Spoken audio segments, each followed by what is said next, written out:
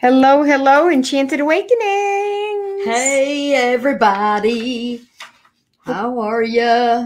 Everyone's doing okay. Please say hi as you come on, because, yeah. we always like to know that you're here.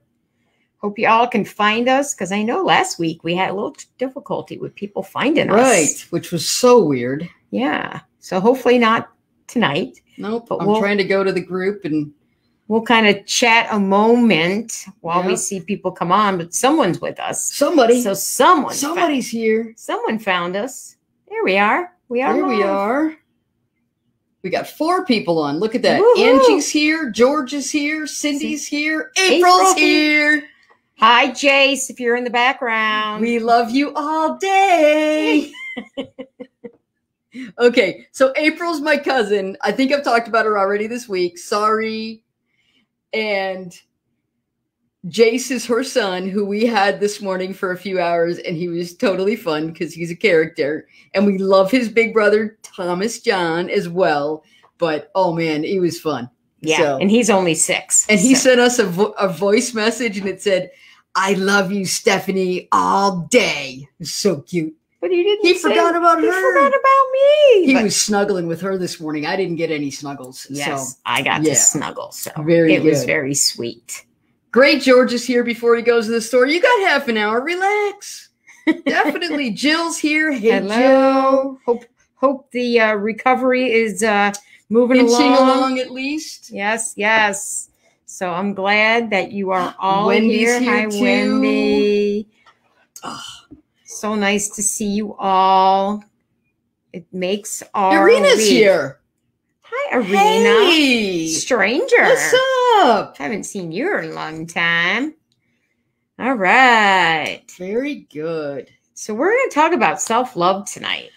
Oh, isn't it a perfect day to do that? It is, because, the last couple of weeks we talked about, internalized homophobia, and we know Which is quite the opposite. It is. So now we want to talk about, okay, now how do we love ourselves? Right. Because it really is important to be able to do that. It is. So, did anybody know that there was a partial eclipse this morning? I had no idea. I've seen pictures of it all day. I had no idea. It was cloudy here. I don't think we would have been able to see it anyway. Right. But hey, Pamela.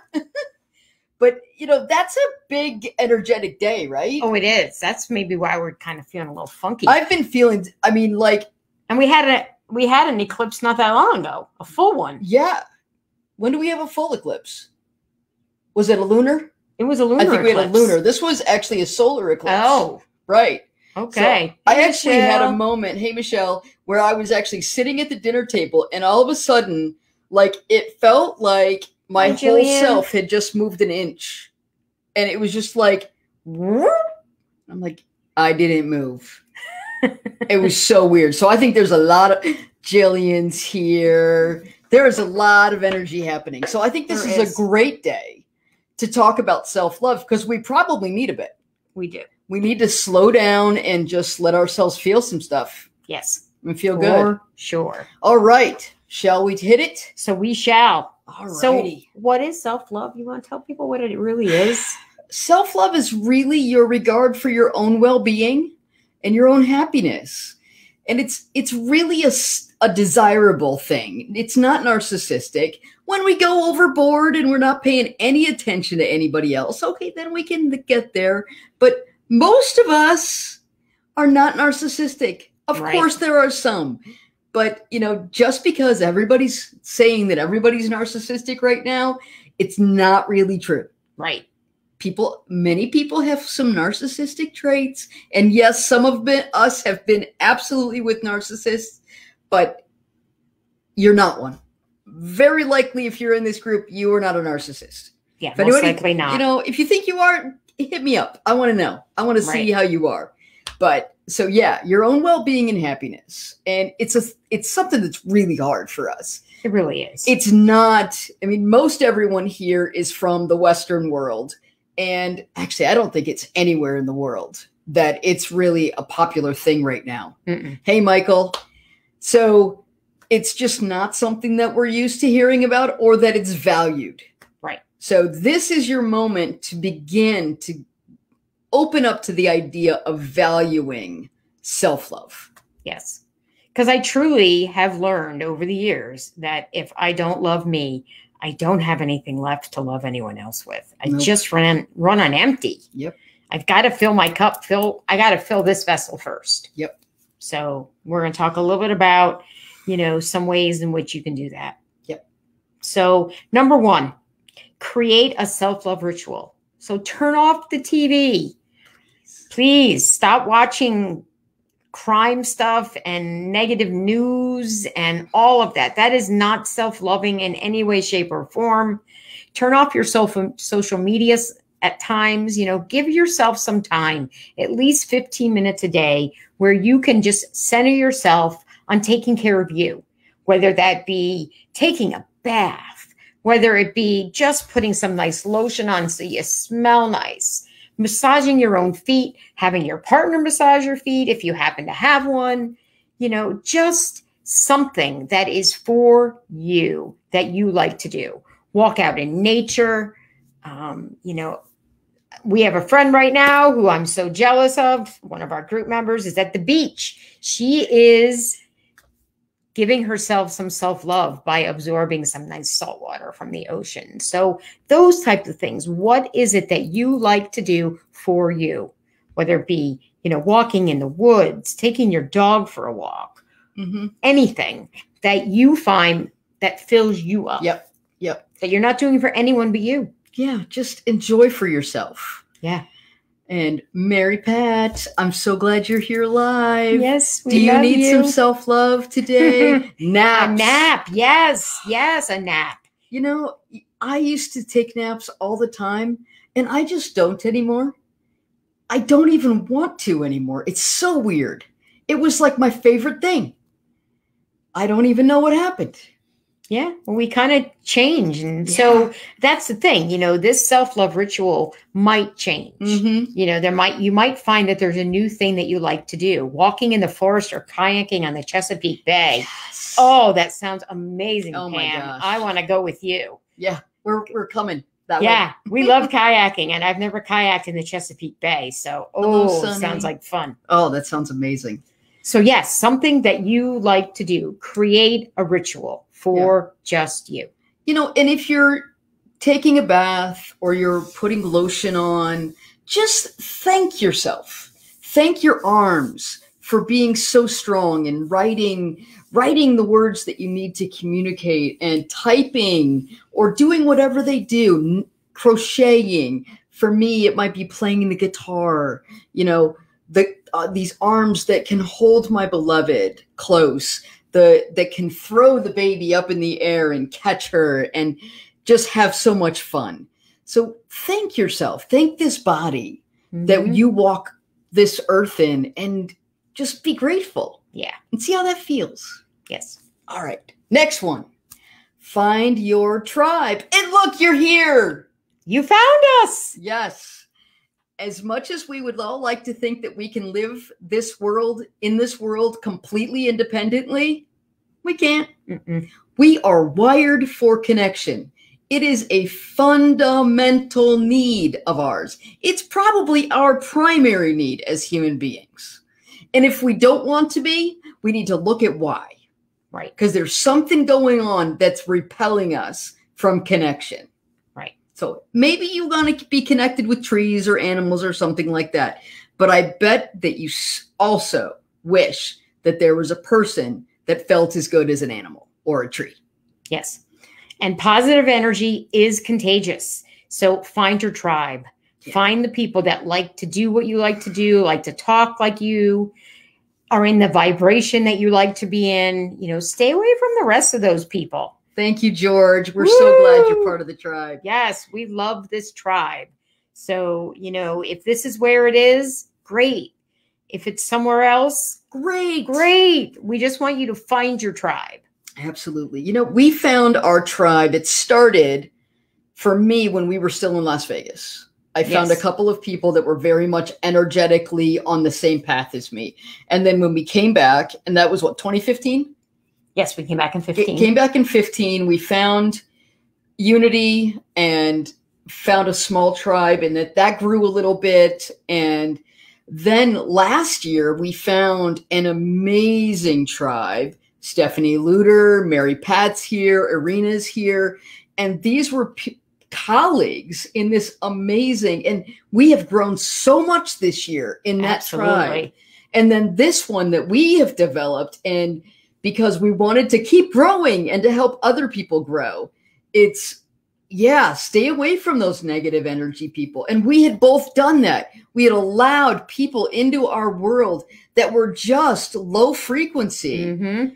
And, yeah, they drained us. There was so much chaos. Yes. So when we've really found a tribe that helped us grow and where we could plant our roots, boy, did things take off in our lives. It did. And, I understand that, with COVID going on, we've had to, over the last year, not be able to see as many of our folks in person. But thank God for technology that has allowed us to continue to grow and stay connected with people, and even other people that we probably never would have connected with all over the world. All over the world. I mean, we have folks in this tribe at Enchanted Awakenings that are in Australia, that are in France, in the UK, Canada.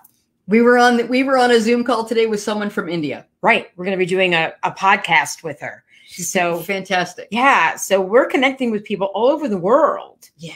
So, there's no reason, if you're here tonight, that you can't be connecting with people. Absolutely. If not here in other areas of your life. And Michael's, you guys can all read his statement in that he found some new ways to walk his dogs in his job that is easier and less harmful to him. So great job. Yeah. Great job. And slow down. Absolutely.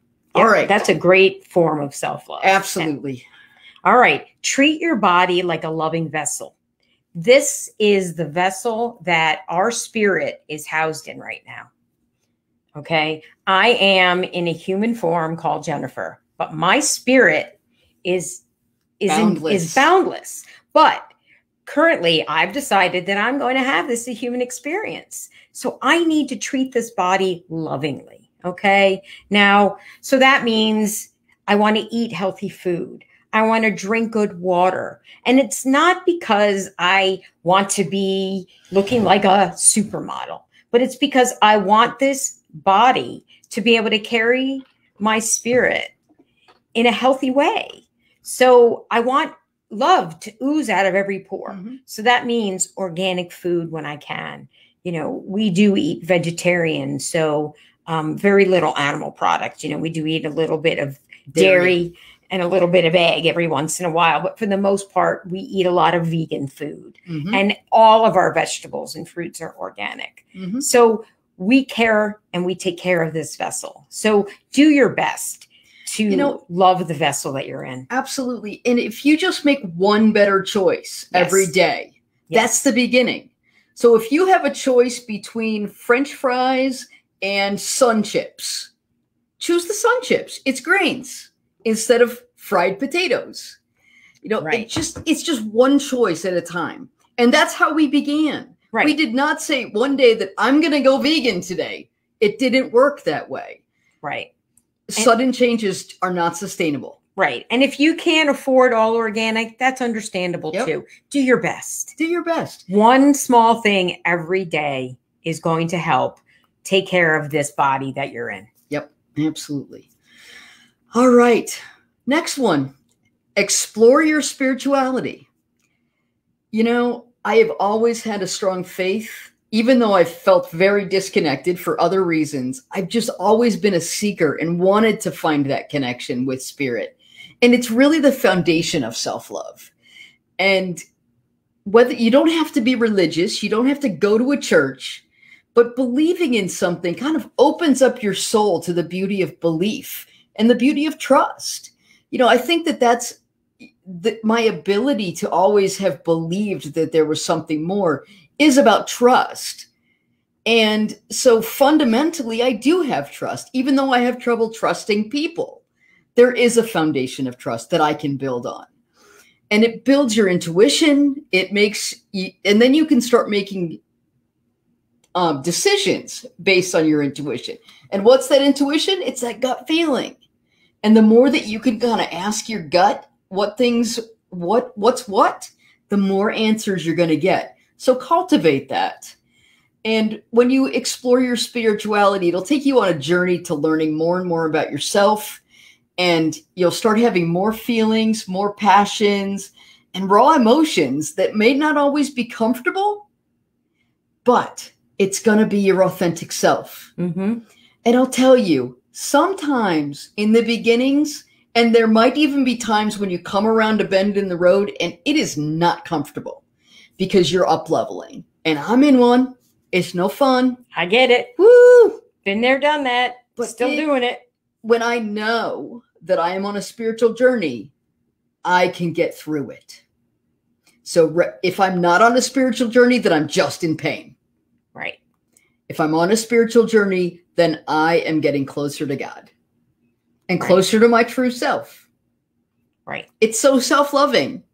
It is. And as Stephanie said, you know, it sometimes is a little painful because every time you up level, there are lessons that you're learning that maybe you didn't finish learning a little while ago. So here it comes back around the bend. We always say it's kind of a spiral. Yes. It just keeps coming back around. So it may not be comfortable, but the only way to get through something is to go through it, right? We can't stuff it away and not deal with it because it's just going to keep coming back around the bend again. Yeah.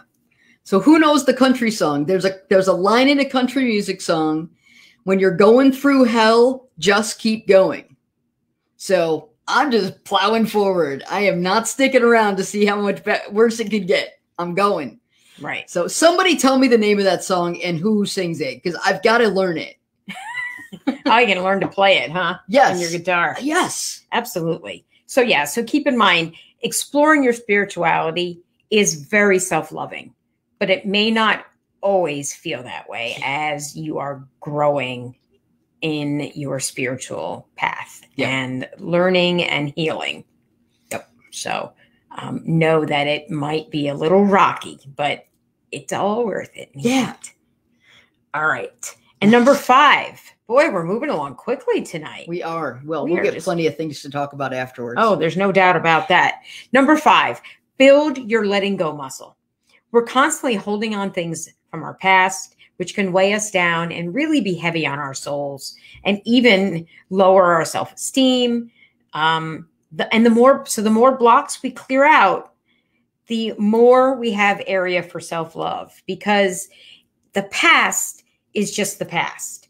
And it's going to keep you depressed if you keep living in the past. So we have to learn to let these things go and live in the now, because the past has already happened. We can't go back and make it different. All we can do is learn to deal with what we have to deal with today so we can have a brighter future.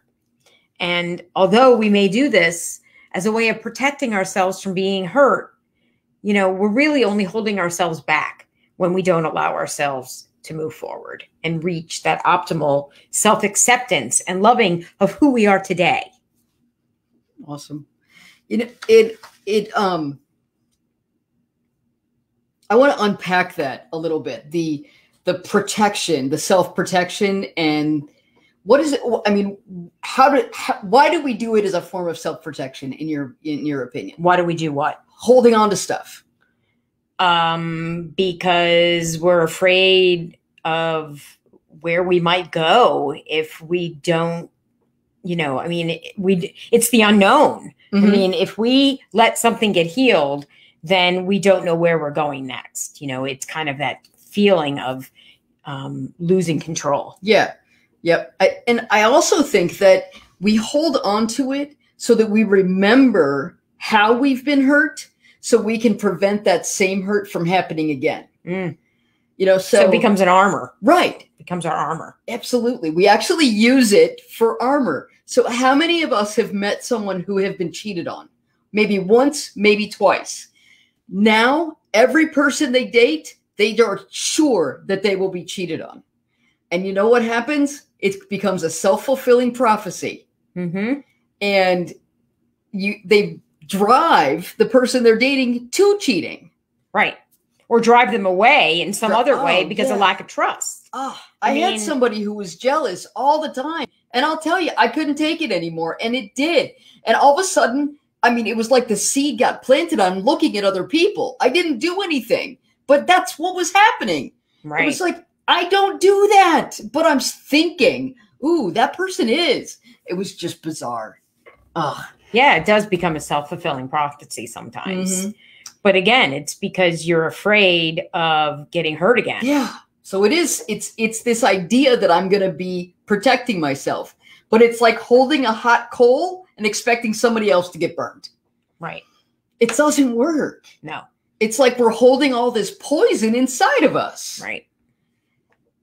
We have to learn to let it go. We do. And that means that you have to be willing to be vulnerable. Yeah. You know, we've all been hurt. I can't, you know, I don't think that there is anybody that is listening to us right now, and that includes Stephanie and I, that haven't been in some sort of relationship that we haven't been hurt Yeah. emotionally, physically, in any way. Jennifer and I hurt each other. Right. We have. I mean, our relationship fell apart. So obviously we did hurt each other.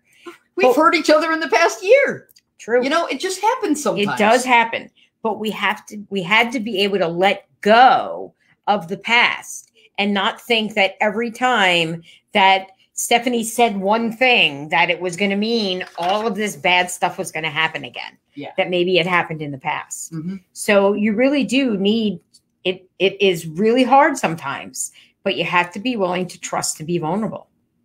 Mm. What is Michael saying? Had to end a long friendship from teen years, and my brain shifted into my inner land again. He was too negative for my free willy spirit, but I think it's jealousy. He can't be around free, happy people. You know, that happens. Yeah, People just, they don't know how to deal with it. right. So they want to bring you down. Yeah. Because they're comfortable in their negativity. Right, Run far, run fast. right. We've talked about vibration, and what that sounds like, Michael, is that this person's probably vibrating down here Mhm. and you're here. And that makes them uncomfortable. So they're going to try to drag you down here Mhm. to be at their level. Mhm. And so instead, you got smart and said, I'm out of here. I gotta back up. I'm staying here. You're out of here. Yep. And that's what we have to do. We have to learn to let it go. Yep. Absolutely. Sometimes that means people, places, and things, right? Mhm. It's all part of it. Absolutely. One of the things that Jennifer and I developed, and it's one of the tools that we talk about extensively and teach extensively in our signature program, is that to start naming your triggers. And when we first got back together, one of us would say something and it would remind the other of something that had happened in the first chapter of our relationship. And we made a deal that we were just going to voice those triggers. Just say what it is. You know, like she might have said, I can't even give you an example right now of what it was, but she would say something and I would be like, I would have an internal reaction. I'm like, ooh, I was just triggered by that. And this is how it felt. Notice I said, I was triggered. Sorry, and sneeze. bless you. She's probably going to do it 2 more times. See, now you got me on the spot here. Okay, I'm back. So I took ownership of the trigger and I took ownership of the feelings. I didn't say, you said that to make me feel this way. I didn't do that. I said, I felt triggered. This is what I heard. And this is how I felt. That changed our relationship in so many ways. Thank you for all the bless yous, everybody. Yes, thank you. It did, because it then allowed us to have a conversation where I maybe could say, oh, I'm sorry. I didn't realize that the way I said that triggered you. And then Stephanie, maybe it wouldn't react that way, but also it allowed me to then shift the way maybe I said something. So I would say it differently, because then I'm like, oh, wait a minute. If I say it that way, it's gonna trigger Stephanie. So I can switch a little bit of what I do. But the other thing that happened was that by saying it out loud, it diffused the trigger. Yes. It was like I snipped the wires, you know, the bomb guys, when they snip the wires and turn off the ticking time bomb. It really did. It diffused that trigger. And then it just didn't really exist anymore. Right. Every once in a while it would come around again, but it really cleaned it out. It really did. And, you know, it was amazing because when we first got back together after our separation for 2.5 years, we decided we were going to start dating again. And I would say for the first month to month and a half, we were like walking on eggshells, both of us. Because I think it went on like 5 months. Maybe. Yes. We didn't know how to act around each other. We didn't know how much, you know, should I hug her? Should I not hug her? Should we hold hands? Should we not hold hands? Well, we were probably dating for 2 months before the kid found out. True. So we had to really keep it, you know, very. He was on the down low. Yeah. Well, he caught us kissing one day in the parking lot. He's like, "Hey, what are you two doing out there?" With a big grin on his face. Yeah, he was kind of happy that we were getting back together. But once we sat down and decided, wait a minute, we need to have better communication here, because what was happening was we didn't know how to react because we always were worried that we were going to trigger each other. So once we put this into place and said, you know what, we're just going to name these triggers when they happen instead of just being quiet, because that is unfortunately the way that's our MO, both of us. Yeah. We get quiet. Yep. You know how some people maybe get angry and explode, and get explosive. We get quiet. Man, it is Old Home Week today. Sandy's watching. Oh my goodness. Hey, Sandy. Hello, Sandy. We got everybody joining us tonight. So we were so fortunate that we were both in the same place and could do that. You may not be with someone who can do that. Right. But I encourage you to name it within yourself and own your trigger. Right. And just see what happens. Right. You don't always have to talk it out, because these days I don't always say anything to her. Right. Sometimes I just own it myself, and then because I've learned that if I just own it and realize that the trigger, it gets diffused. Right. Because most of the time, it's no big deal. Right. Sometimes it is, and I need to say something. But a lot of times, I don't. But I can own it so I don't put her on the defensive. Right. And then what is that? A very self-loving act for you. Yes. Yep. Because then you're owning it. You're taking responsibility, and you're not pointing the finger at somebody else, whether it be me or anybody else. It doesn't even have to be me. It could be a coworker that triggers something. Yeah. So you can use these things in all areas of your life, in anybody, whether it be your children, your parents, your coworkers, anybody. If someone does something and you feel that inside of you, you have to say to yourself, what just triggered me? And try to figure it and take ownership of it. That is probably one of the most self-loving things you can do for yourself. Yeah. So, you know, and most of us here have boo-boos, you know, childhood ones, you know, trauma that we've experienced. And this is one of the ways to start to break through the barriers. Yeah. To more self-love. Yeah. So, okay. We covered a lot of stuff. Yes. You guys are amazing. What beautiful conversation that we've had. And thank you for just showing up for us, with us, and holding space for this conversation. And I really suggest that you try one of these this week. So a self-love ritual, look for your tribe, treat your body as a loving vessel, explore your spirituality, or start building that letting go muscle. And if you need help trying to figure out how to do it, hit us up. Yeah, we're here for you, folks. You know, and you know what else you can do? If you know this is your tribe, start posting. Try to do one post a day. Tell us how you are. Tell us something that you've done.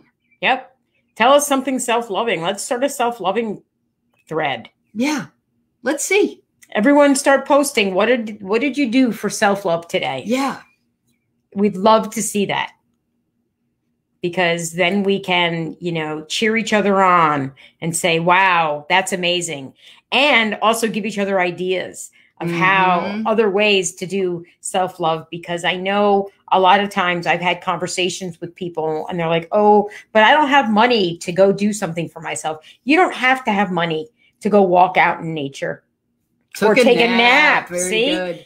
You don't need money to do that. Nope. So there are lots of things. So let's start sharing some of the things that we do for love, self-love. Yeah. So we can share with each other, and, you know, because I always love to get new ideas. Absolutely. Self-love. Absolutely. It's really important. So we love you all. And again, you know where to find us. Reach out to us. Send us a message. If you're struggling with something or need help, we're here for you. Definitely. So, okay? All right. Mwah! And hashtag replay if you're watching us later. And if you need the worksheet still, leave that in the comments and I will get it to you. Okay? Love you. Glad you're here, Wendy. Yes. And everyone else. Yes, we're glad. We're glad you're all part of our tribe. We love you.